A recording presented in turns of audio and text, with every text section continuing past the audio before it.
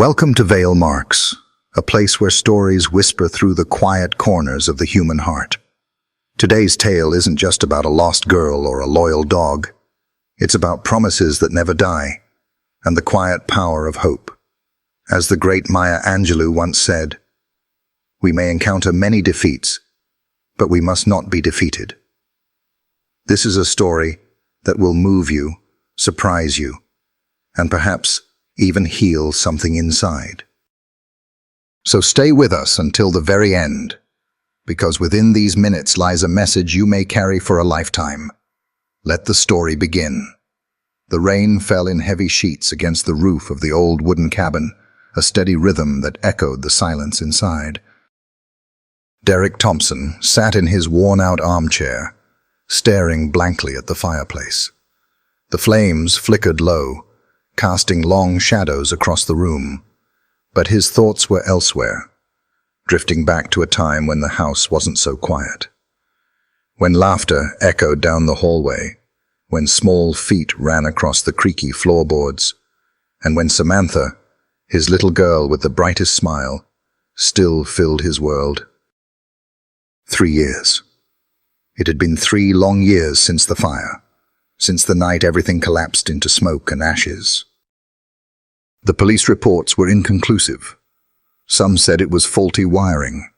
Others whispered darker things. But for Derek, none of it mattered. What mattered was that Samantha was gone, vanished. No trace left behind except charred ruins and unanswered questions. Everyone had given up hope. Everyone but one. Ranger, a broad-shouldered pit bull with a deep caramel coat and eyes that held both sorrow and resolve, was a former K-9 trainee. Trained for search and rescue, Ranger had shown remarkable instincts. Too remarkable, some said. But the program deemed him unfit, not because of lack of skill, but because of something far rarer. Compassion. Ranger refused to leave the wounded behind, even in training simulations. He bonded too closely. He stayed too long. They called it a liability. Derek saw something else, a soul that refused to quit. When Ranger was retired from the program, Derek, still drowning in guilt and grief, took him in. Maybe it was the look in the dog's eyes. Or maybe, deep down, Derek hoped that Ranger might sense something he couldn't. The two became shadows in that little cabin on the edge of town. People called them recluses, haunted, and maybe they were. Derek spoke little. Ranger spoke not at all, but the two understood each other in a language of silence. Every morning, Ranger would sit at the back porch, eyes fixed on the forest beyond. The trees, gnarled and thick, stood like ancient sentinels. That part of the land had once been off-limits to Samantha. Too dense. Too wild. Derek never questioned why Ranger stared. He assumed it was habit. Or maybe memory. But there was something else behind those eyes. A quiet urgency. A knowing. Derek noticed how the dog's ears would twitch at night. How his body would tense at distant sounds. But still, he said nothing. Did nothing. On the 3rd anniversary of the fire, the sky opened up in a thunderstorm unlike any they had seen in months. The wind howled.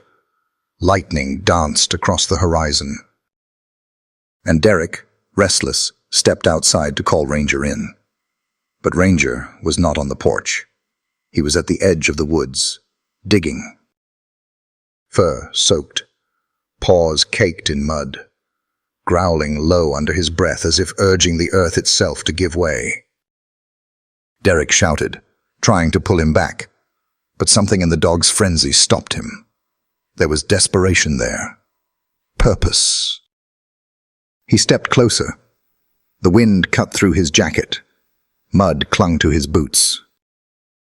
And then, Ranger barked once, loud and sharp, before dropping his head low and clawing at something buried, a flash of pink. Derek blinked through the rain. There, in the churned mud, was a torn piece of fabric, bright pink, faded by time and soil. A child's dress. Samantha's. He remembered it. The one she wore on her last day at school. His heart pounded. He dropped to his knees, hands trembling, clutching the cloth like a lifeline, and then a sound. Faint. Impossible, but real. A whimper. A cry muffled by earth and rain and time. Derek froze. Ranger whined, ears perked, tail stiff. The dog looked up at him, eyes blazing as if to say, "I told you!" Derek staggered back, mind racing. It couldn't be. It shouldn't be. But it was. Somewhere beneath that ground, something, someone, was alive. And for the first time in 3 years, Derek didn't feel helpless. He felt a pulse, a purpose. And in the pouring rain, under a blackened sky, the broken soldier and the discarded dog began to dig, not into the earth, but into a miracle that had been waiting all this time. 3 years before Ranger clawed at the muddy earth in a storm of desperation, there was a time, brief but bright, when the world felt safe. In a modest farmhouse on the outskirts of a sleepy Ohio town, the Thompson family had carved out something close to peace.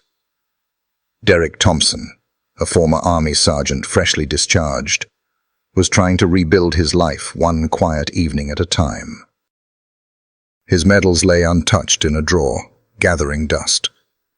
The only thing he held onto was his daughter Samantha, and the silence that filled the house since her mother's passing. Samantha was 6 then, a wisp of a child with strawberry blonde curls that could never stay tamed, and a grin that made strangers forget their troubles. She had the kind of heart that opened wide without hesitation, and when she found a battered Pitbull puppy behind the school gym, bruised and shaking from abandonment, her heart simply made room. "He's mine," she said that afternoon, standing in the middle of the kitchen with dirt on her cheeks and the pup cradled in her arms like a baby. "His name is Ranger." Derek hadn't planned on taking in a dog, especially not a pit bull, especially not now. But Samantha's eyes, glistening with hope, reminded him of another kind of loyalty, the kind that once made him carry wounded soldiers on his back through enemy lines. He gave in. Ranger was a survivor. Though scarred and shy, he quickly learned Samantha's routines. He became her guardian at night, her companion during afternoon picnics in the backyard, and her accomplice in sneaking cookies from the kitchen.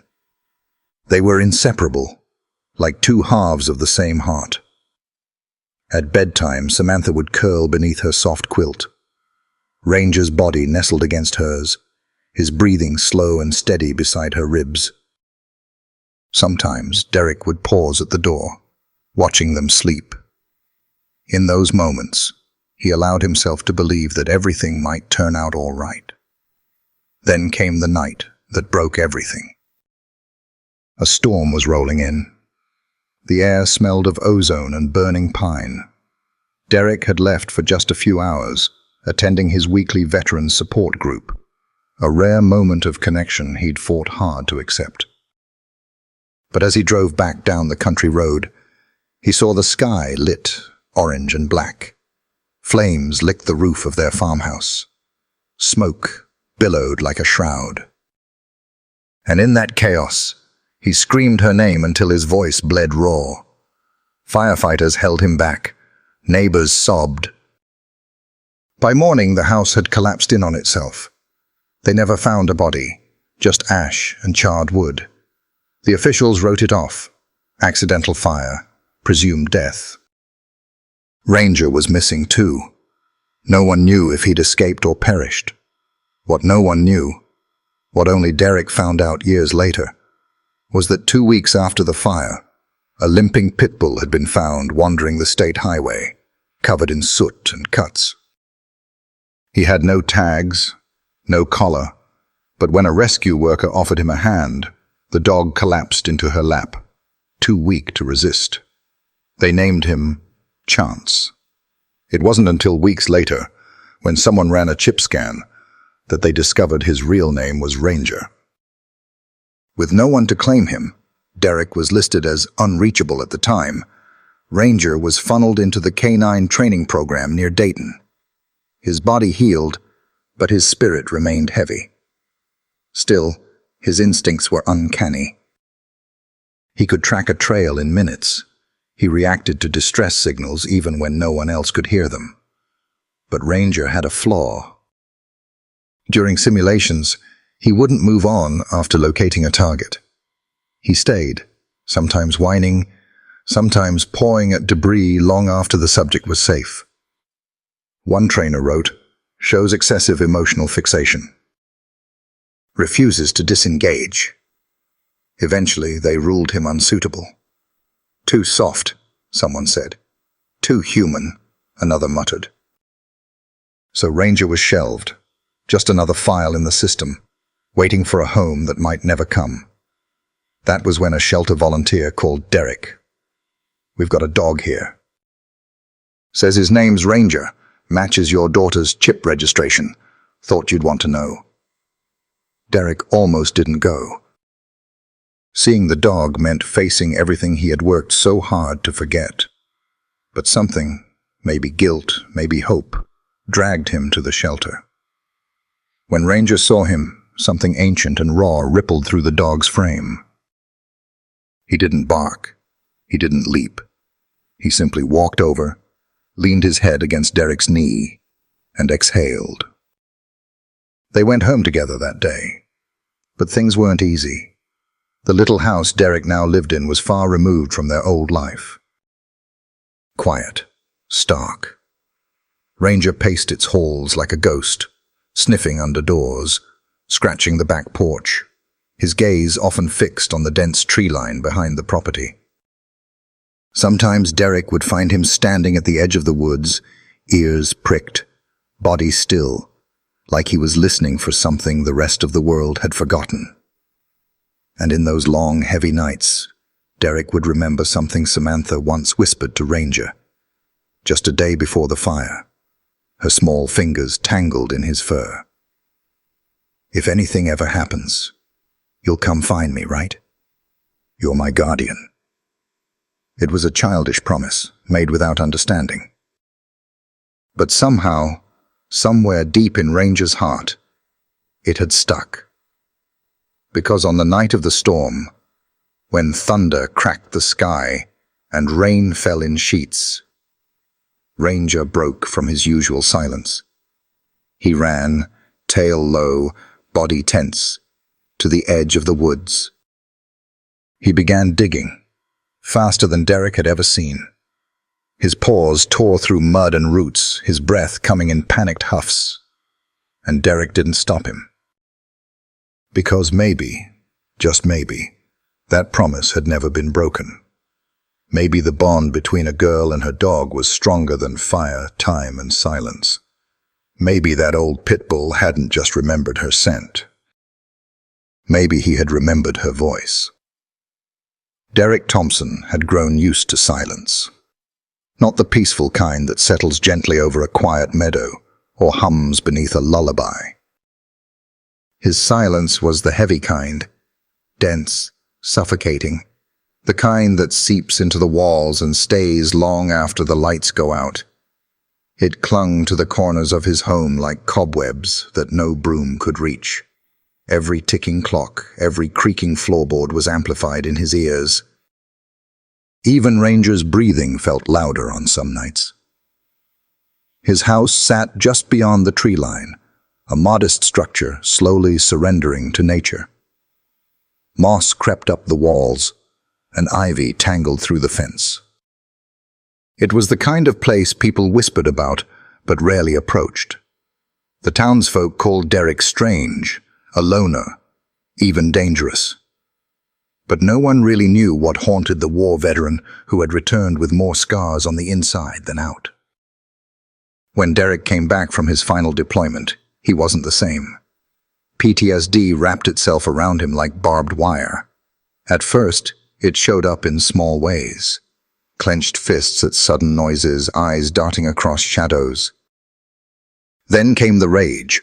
Sharp, sudden, and often misplaced. He would snap over spilled coffee or a squeaky door hinge. Samantha, just a child, bore the brunt of it. He had loved her. God, he had loved her more than life itself. But love isn't always gentle when it's filtered through trauma. Derek's love was protective, suffocating, heavy with fear. The war had taught him to hold tight, never let go. But in parenting, sometimes you have to. He still remembered the last night before the fire. Samantha had asked to go to a sleepover. "Just one night, Daddy," she pleaded. But Derek, heart pounding, had said no. Not because of anything logical.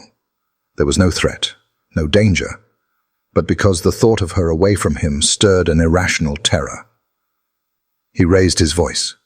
She cried. She went to bed that night without kissing him goodnight. And then the fire happened. Neighbors and first responders assumed the worst. A body was never found, but the flames had consumed so much. Theories floated. Maybe she ran. Maybe she was taken. Maybe she never made it out. Derek never confirmed or denied any of it. Because deep down, he believed she had run. Not from the fire, but from him. People urged him to look harder, hire investigators, demand answers.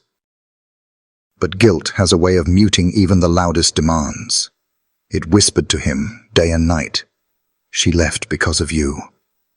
That voice, colder than any battlefield, kept him from searching too hard.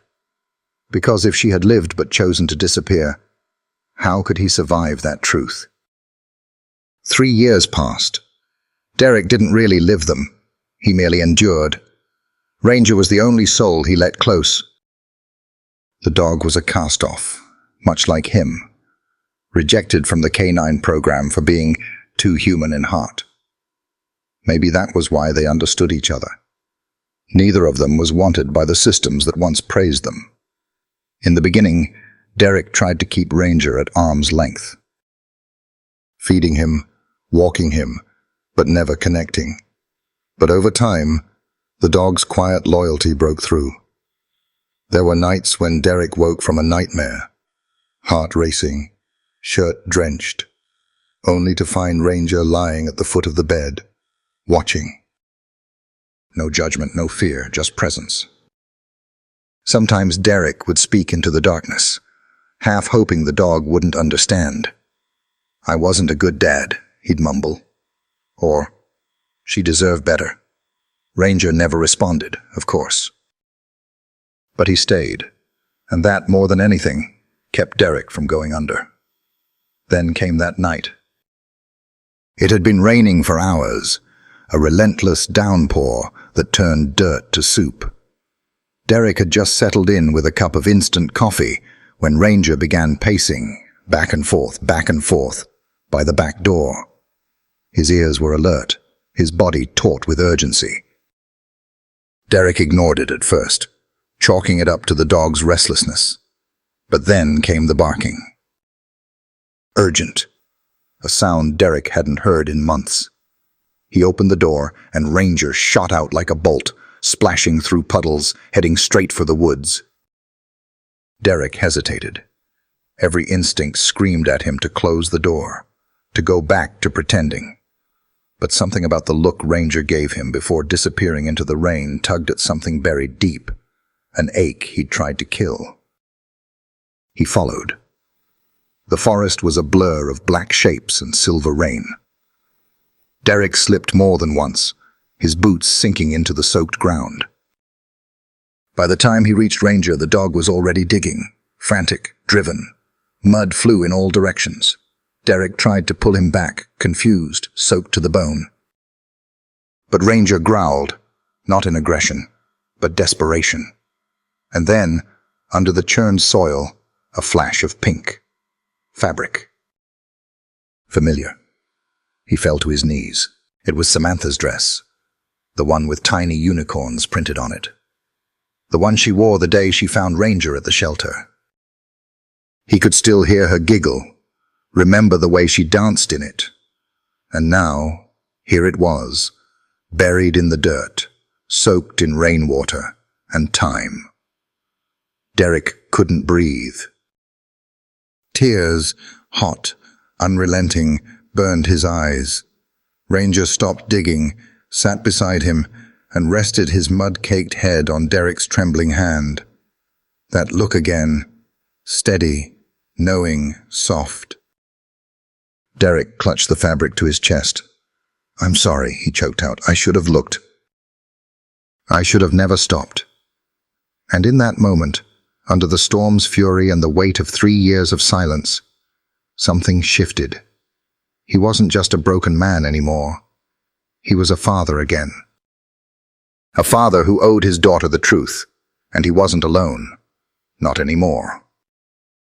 Rain slashed sideways through the darkness as Derek stood by the tree line, watching Ranger disappear into the thick brush once again.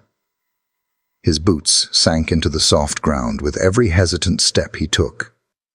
He didn't understand what was happening, why the dog, so quiet and still for the past 3 years, had suddenly become possessed by an unrelenting urgency. But deep down, a part of him, the part that still dreamed of Samantha's laugh, followed, because he had to. Earlier that day, when Ranger began scratching beneath the shed behind the house, Derek had thought it was just another stubborn outburst. Then came the strange whimper, and then the pawing grew frantic. By the time Derek grabbed a flashlight and followed him out into the rain, the Pitbull was already at the base of the hill, nose to the ground, tail stiff with focus.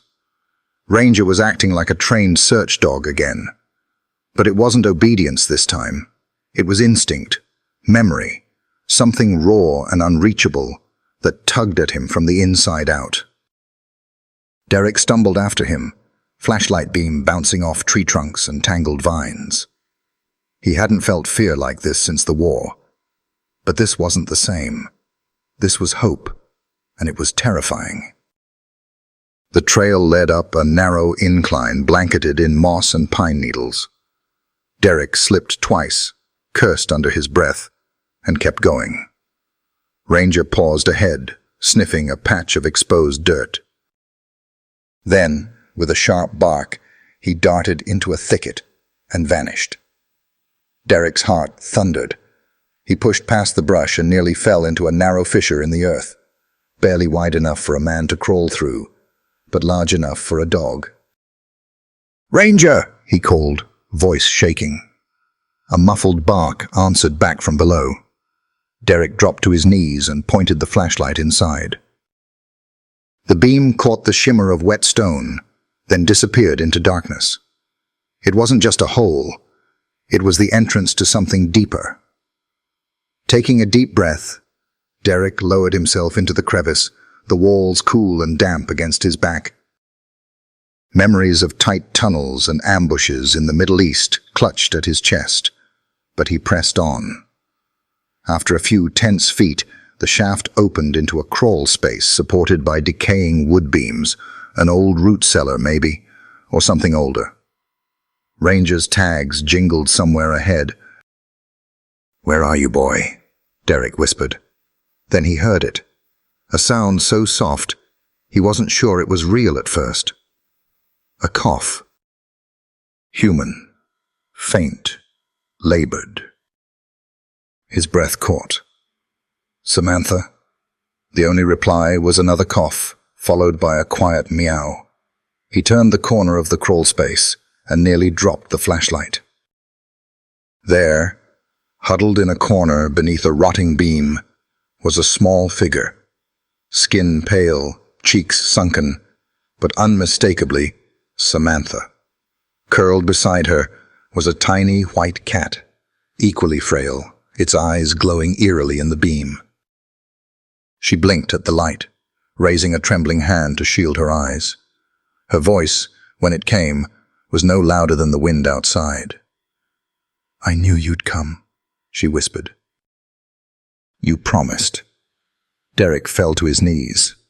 Samantha. Baby girl. Tears welled in his eyes, blurring the vision he had held on to every night since that horrible fire. She looked older somehow, not in years, but in something deeper. Like life had carved its own path through her too soon. He reached forward, not daring to touch her yet, afraid she'd vanish like the dreams had. Beside her, Ranger sat silently, his head bowed, as if he too understood the gravity of the moment. His eyes met Derek's, and in them, Derek saw no confusion, only certainty. As if the dog had always known where she was, as if he had been waiting for Derek to be ready to face it. Samantha stirred, coughing again. Her body was thin, but she was alive. Alive. Where's Toast? She whispered, patting the tiny cat gently. I see her, Derek said, his voice thick. She's here. She's okay. You're okay. How did you find me? She asked, her voice cracked and dry. Derek looked to Ranger, who sat like a sentinel. He did, Derek answered softly. He remembered you. Samantha nodded like it made perfect sense. He always finds me. Gently, Derek wrapped his jacket around her small frame. She flinched at first, but then leaned into his chest, weak arms wrapping around his neck. The warmth of her skin, however faint, was the first real thing he'd felt in years. He cradled her against him, murmuring that she was safe now, that she didn't have to be scared anymore. She didn't say much, just let the tears slide down her face as she clung to him and the dog she once called her guardian. Later, when the paramedics arrived, guided by Derek's frantic call from the mouth of the cave, they were stunned by what they found. A girl presumed dead, alive. A father, long thought broken, whole again. And a Pitbull once rejected for being too emotional, now the hero of the hour. But none of those headlines captured what Derek saw as he watched Samantha sleep that night in the hospital bed, Ranger curled up beneath her like a shield. She had survived on instinct, courage, and a bond so deep even fire and time couldn't burn it away. Toast purred softly beside them, as if completing some strange little family. And in that quiet moment, Derek finally understood. She had never been lost. She had been waiting. And Ranger, faithful, flawed, and full of feeling, had never once stopped believing that she would be found. The hospital room was quiet, almost reverent, as if the walls themselves understood that a miracle had just walked through their doors. Samantha lay in the bed, frail but alert, her big blue eyes scanning every corner of the unfamiliar space. Her tiny fingers gripped the soft blanket drawn up to her chest, and beside her, the white cat Toast, curled protectively by her side like a guardian spirit. Doctors moved softly around her, whispering to one another in awe. Against every odd, the little girl had survived. Malnourished, yes, dehydrated, bruised and scraped from head to toe, but alive. The attending physician would later tell the press that the cat was instrumental in Samantha's survival, providing warmth, companionship, and perhaps most importantly, something to hold on to in the darkest of nights. But when asked what really kept her going, Samantha had only whispered one thing. He promised he'd find me. And outside the room, Derek stood frozen. He could see her through the glass.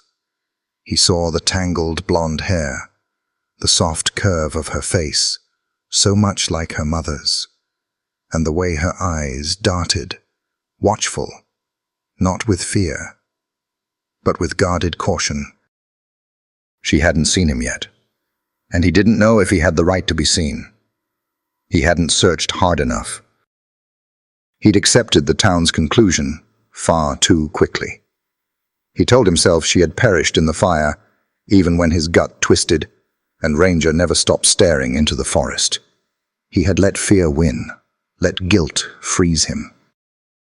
And now, here she was, alive, his daughter. But what was he to her now? A nurse opened the door and quietly ushered Ranger in. The moment Ranger stepped into the room, Samantha's eyes locked on him. She gasped, a small, fragile sound, and then tears filled her eyes. "Ranger?" she whispered. The dog trotted forward slowly, sensing the fragility of the moment. He let out a soft whine and rested his chin gently on the edge of the bed. Without hesitation, Samantha's arms wrapped around his neck. "You came," she whispered. "I knew you would. You promised." Behind the glass, Derek turned away, breath shaking. Hours passed. Toast never left the bed. Ranger curled at her feet, his head rising only when Samantha stirred. And still, Derek lingered in the hallway, waiting for someone to tell him what to do, how to fix this, how to be a father again. It was the doctor who finally spoke. "She's strong," he said, "but emotionally, she's fragile. She remembers everything." Derek nodded slowly, ashamed.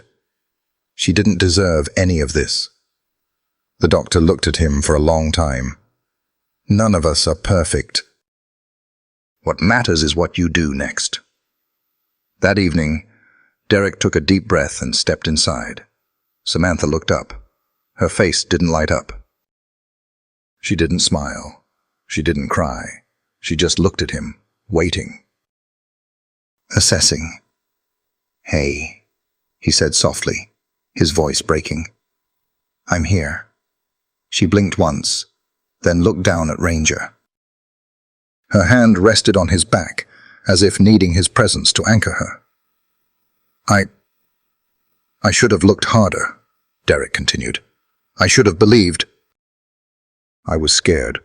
I thought I lost you, and I didn't know how to live with that." Silence stretched between them. Then she said, barely audible, "You always yelled."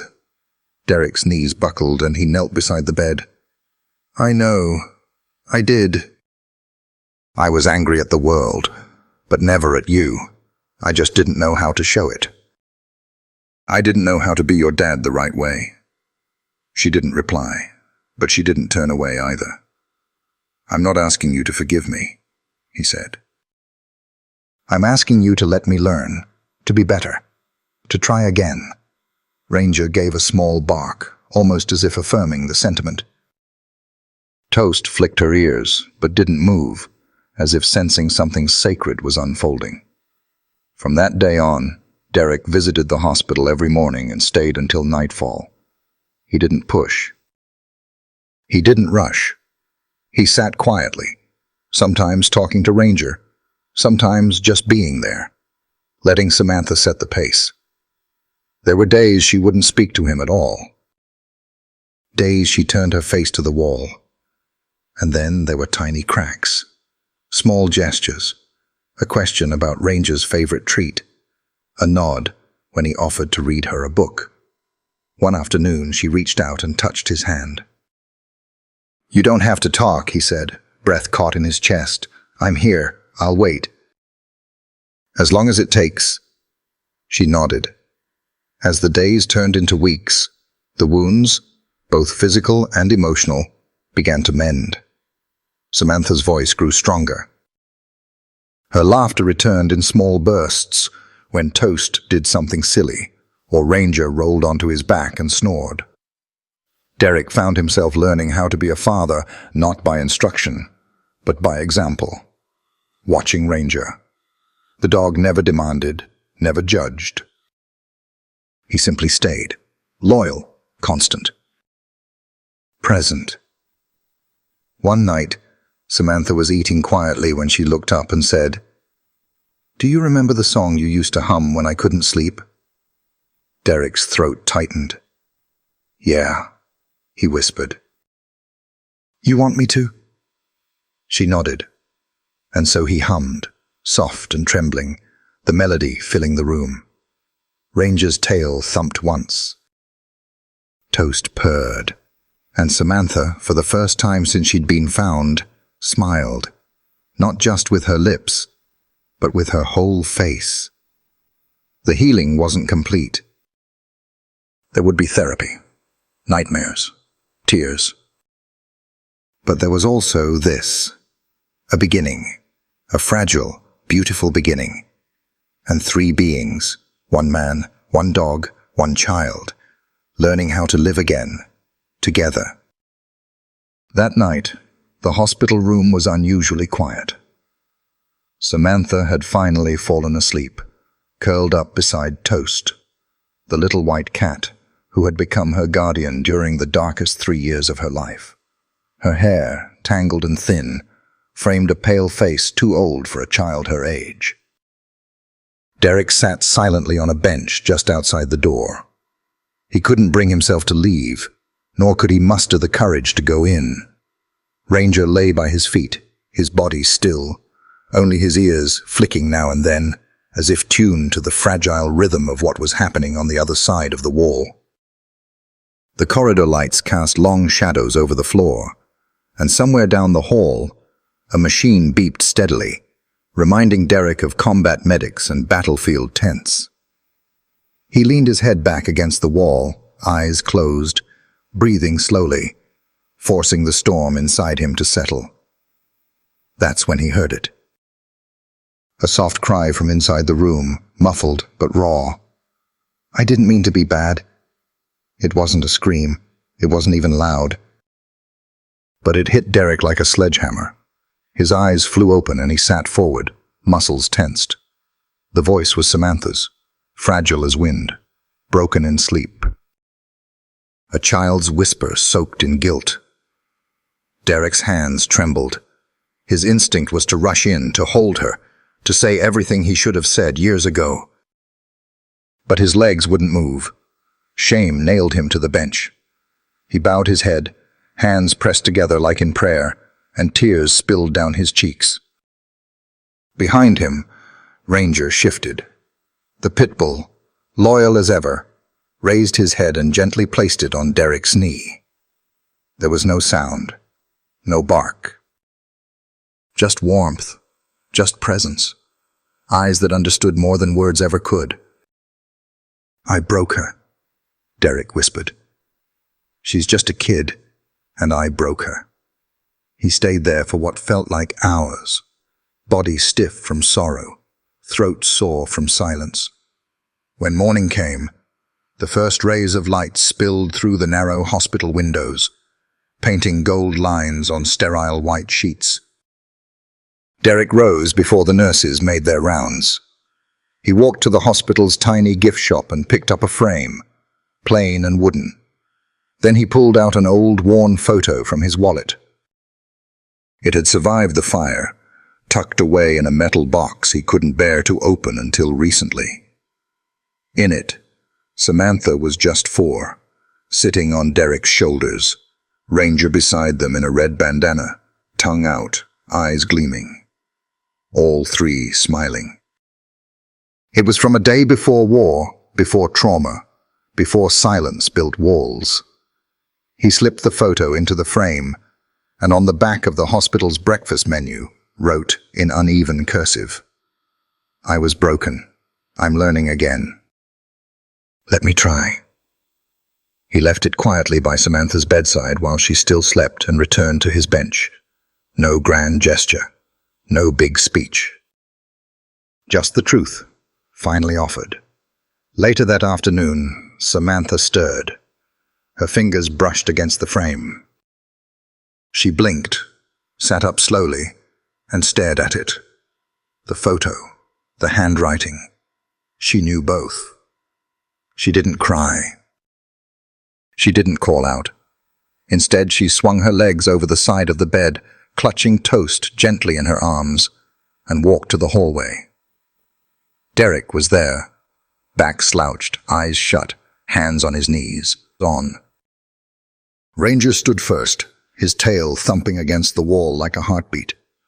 Samantha stepped in front of them. Derek opened his eyes, startled. Before he could say anything, she extended Toast toward him. She says you can hold her, but only if you're careful. Derek looked down at the small bundle of fur in her arms and then up into his daughter's eyes. They weren't cold, nor were they warm, but they were open. I'll be careful, he said, voice hoarse. He took Toast gently. The cat let out a small purr and curled in his arms like she'd been waiting all along. Samantha sat next to him. Not on his lap, not leaning in, just beside. Silent. After a minute, she said softly, "You don't have to say sorry every day. Just don't go away again." He turned to her, surprised. "I won't," he whispered. "Not ever again."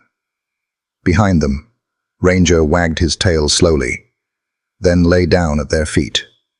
He rested his head on Derek's boot, letting out a low, satisfied sigh. It was not a perfect reunion. There were still pieces broken, scars left to heal. But in that moment, on a narrow bench in a quiet hallway, something invisible and sacred began to stitch back together. Samantha leaned slightly against her father. Not much. Just enough. Derek didn't move, afraid he might scare her away again. He simply stayed. Present, breathing, holding a cat. Watching his daughter reclaim the silence they had both been lost in. Ranger blinked up at them, then closed his eyes. His mission, once driven by instinct and memory, was now something more. The quiet certainty that love, no matter how fractured, could still find its way home. 1 month had passed since the night that changed everything. The trees outside Derek's cabin had begun to shift in color, an early whisper of fall brushing the edges of summer.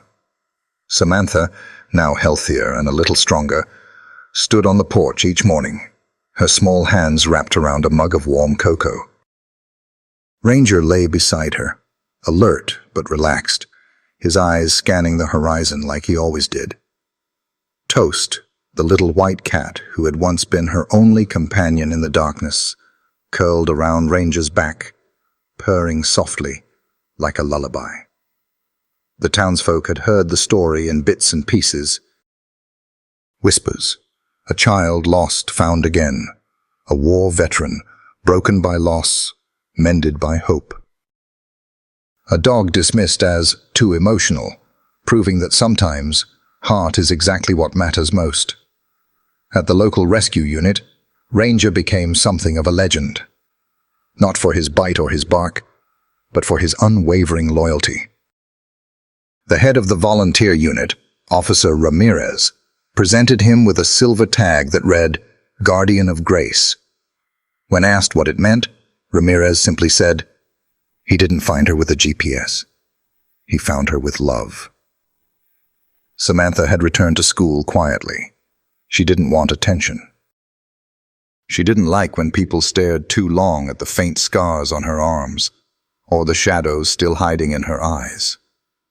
But Ranger walked her to the bus stop each morning, Toast peeking from the window. That gave her courage. And Derek, well, he was learning. Every Tuesday night, he drove 20 miles to attend a small group for veterans coping with PTSD. The first meeting, he barely spoke. The second, he cried. By the third, he began to tell them about Ranger, about the girl he almost lost, and the cat who kept her alive. His voice shook, but he didn't stop. In the quiet of his evenings, he read books about parenting. He'd never done that before, never thought he needed to. But now, he started to understand that love wasn't just about providing. It was about presence. About sitting through the silence. About waiting, just like Ranger did. Samantha too began her own journey of healing. Her nightmares came less frequently now, especially when Ranger and Toast slept beside her bed. One night, she asked her father if she could plant flowers in the backyard. "Of course," he said, and he bought her seeds in every color he could find. They planted together, kneeling in the earth, side by side, speaking very little, but feeling everything. Toast pawed at the soil like she wanted to help. Ranger sat nearby, tail sweeping slow arcs across the grass. One afternoon, a letter came in the mail. It was from the local vet clinic. Dr. Harris, the young woman who had examined Toast after her rescue, had grown fond of the cat.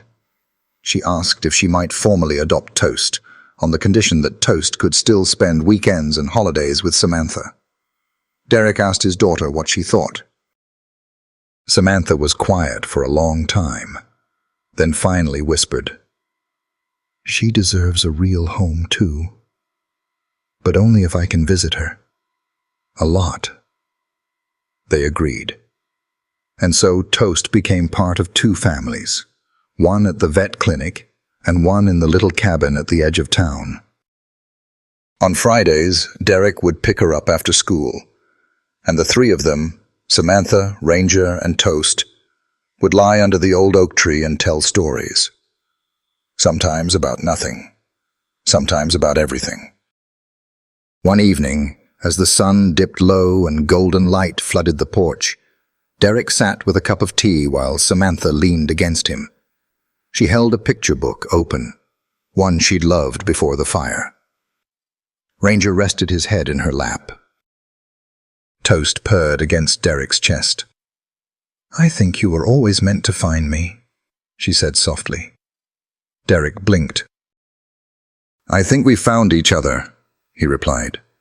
And just like that, the silence between them stopped feeling heavy. It felt full. The local paper ran a short story with the headline, "The dog who waited, the girl who survived, and the father who came back."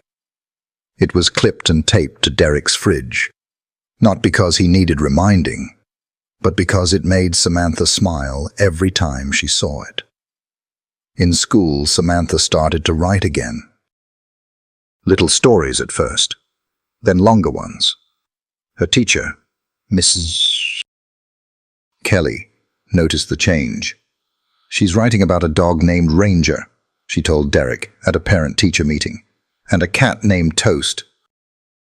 But in the stories, they wear capes." Derek chuckled. "That sounds about right." When asked what she wanted to be when she grew up, Samantha simply said, "Someone who helps lost things come home." Late one night, while the cabin slept, Derek stepped outside and looked at the stars. He felt Ranger's body brush his leg, steady and warm. The Pitbull looked up, eyes gleaming in the moonlight, tail thumping twice against the wooden deck. "You did it, buddy," Derek murmured. "You kept your promise." From behind them, the screen door creaked. Samantha padded out, wrapped in a quilt, Toast in her arms. She didn't say anything at first, just stood there, watching the stars. Then she bent down, hugged Ranger tight, and whispered, "You both found me, so I'll never let either of you go again." Derek swallowed the lump in his throat. For once, he didn't need to speak. Love had found a way back into their lives, not with big gestures or perfect words, but with waiting, with loyalty, and with a little dog who had once been deemed too soft for the job. Turned out he was exactly what they all needed. And in that quiet, imperfect little house on the edge of the woods, 3 hearts, once broken, once lost, once afraid, beat in rhythm again. Together. If this story touched something in you, a memory, a regret, or a hope still burning quietly, then perhaps, like Ranger, you too have been waiting for the right moment to come home to yourself. The bond between a child, a father, and a dog, once called too emotional, reminds us.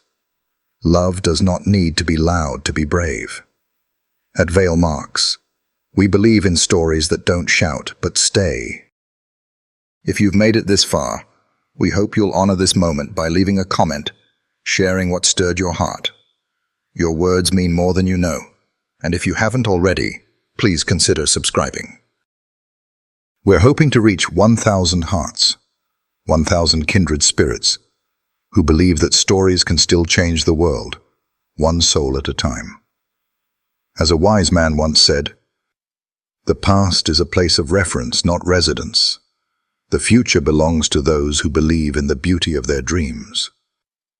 Let us keep dreaming together. Thank you for watching. From all of us at Vale Marks, stay kind, stay listening, and never underestimate the promise of a wagging tail and an open heart.